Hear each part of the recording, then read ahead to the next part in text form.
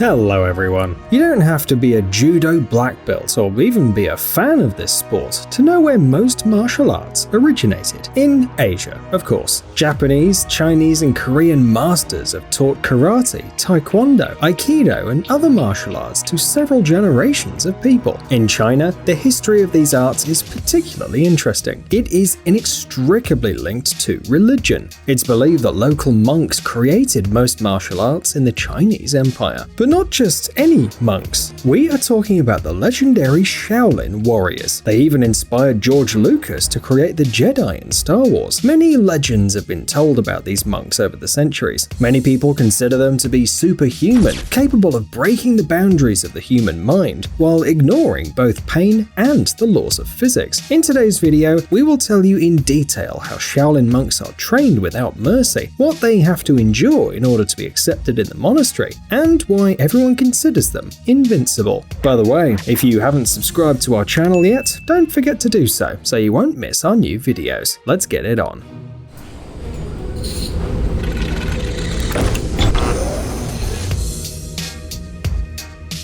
Early education.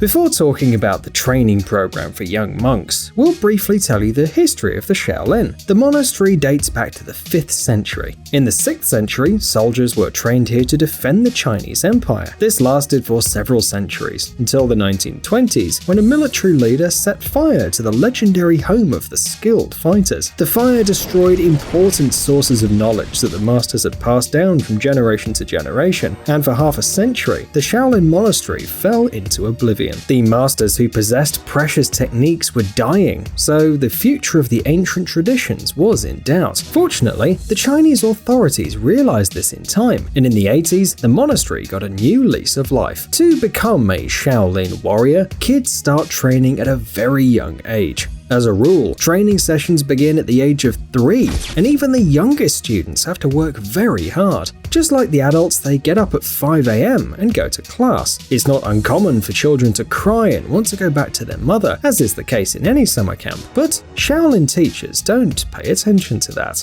Over time, the children become accustomed to the fact that they can't see their parents more than once every 2 months, and they become fully engaged in the learning process. The youngsters engage in up to 5 hours of physical activity a day, just like Olympic athletes. Training includes elements of kung fu, kicking, jumping, grabbing, as well as balancing exercises. In addition, the young fighters study Buddhism for several hours a day and perform everyday tasks, so they have almost no time for games or other activities.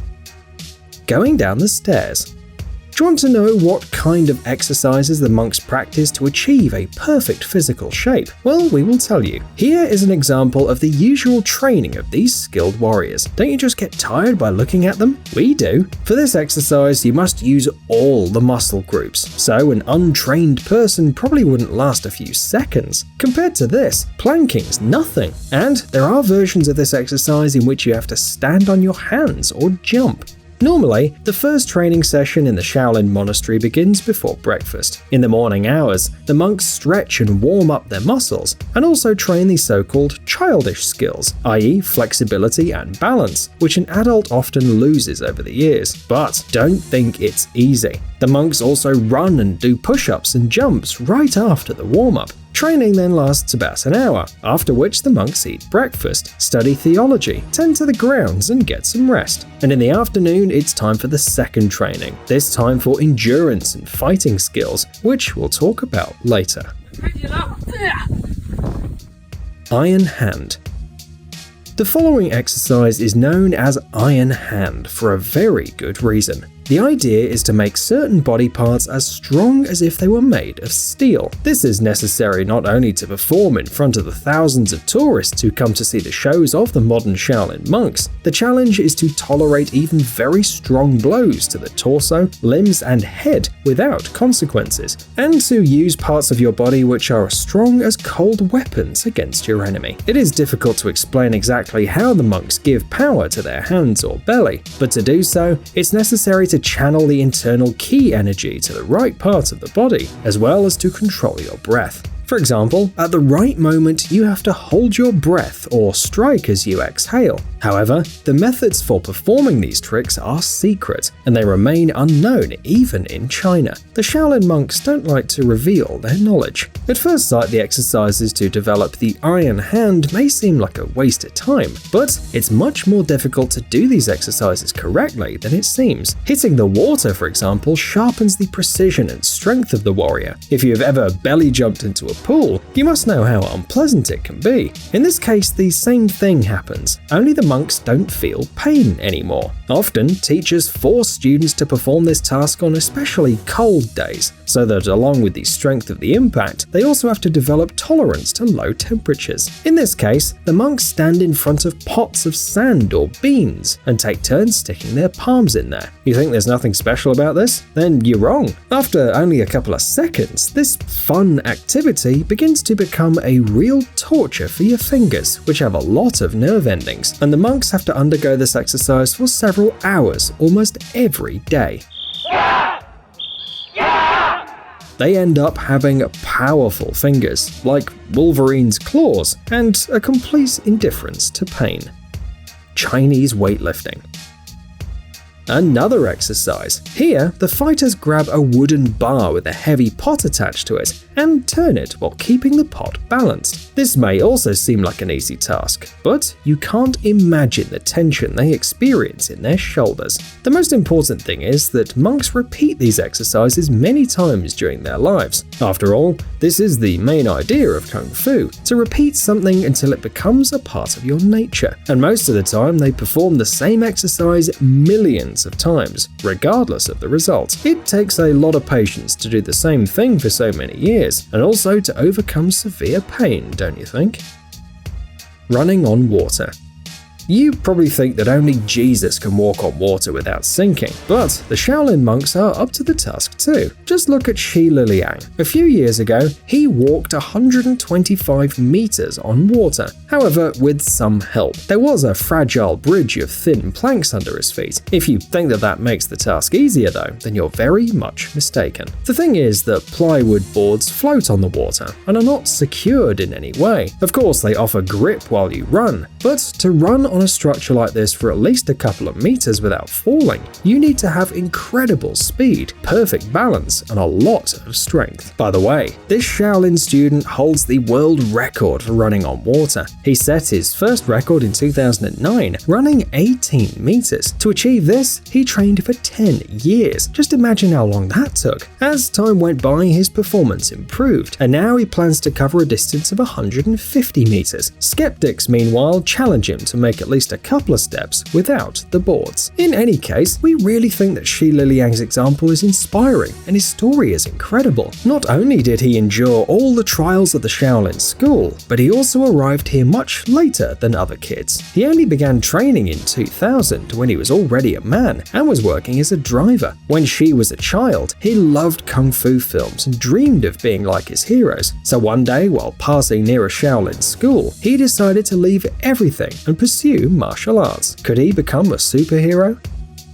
Balancing a bowl on the head. Any athlete will tell you that static exercises are much more difficult than high-intensity exercises that require energy or speed. Try, for example, doing sit-ups slowly, and you'll notice how your body starts to shake. Or, for example, try planking for at least 10 seconds, and immediately your arms and your back will start to hurt. Not in vain, static training is the core of Kung Fu. Shaolin monks practice these poses every day for hours to develop their muscle strength, concentration, and endurance.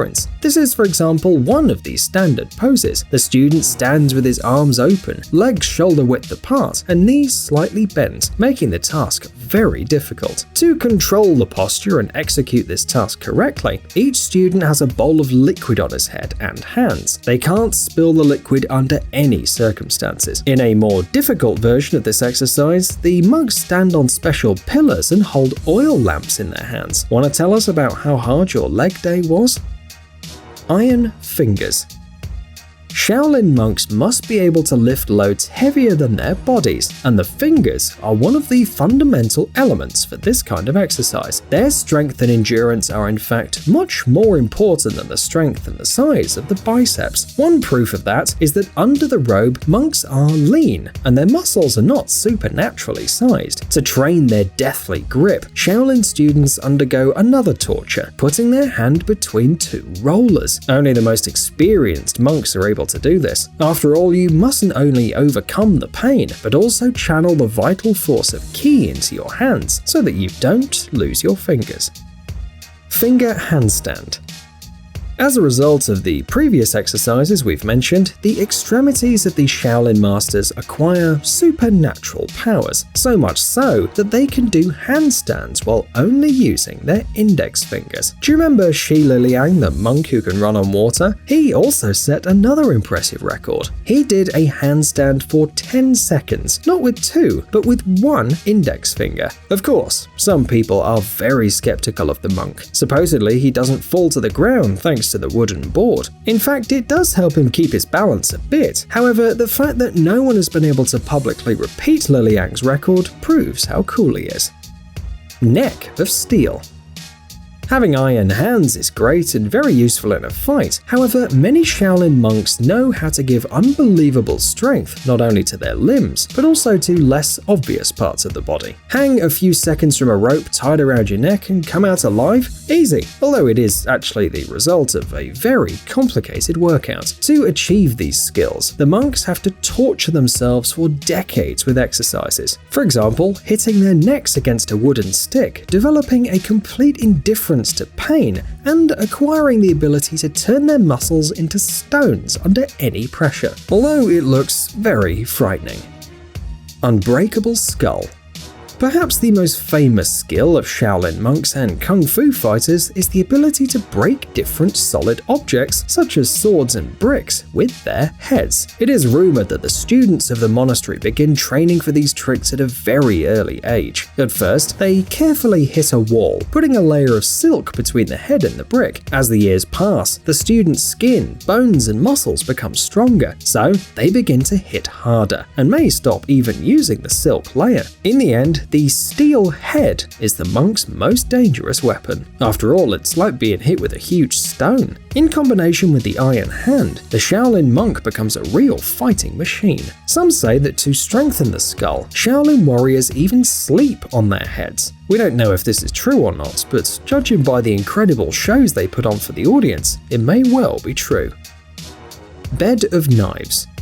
Speaking of sleeping, in the Shaolin monasteries there's a trick that consists of lying on a bed of knives and nails. This exercise is often practiced in the monastery and is one of the favorites of the public, because you can only believe it when you see it with your own eyes. The trick goes like this. They place a few huge knives on the ground with the blades facing upwards. The monk lies down on them, and then a plate with hundreds of sharp nails on both sides is placed on his stomach. Next, another kung fu master lies down on that plate and takes a concrete slab with his hands. A third fighter then breaks the plate with a hammer, and voila, all the monks are safe and don't even have a scratch on their skin. How is this possible? We have no idea, and we believe that no doctor could explain this either.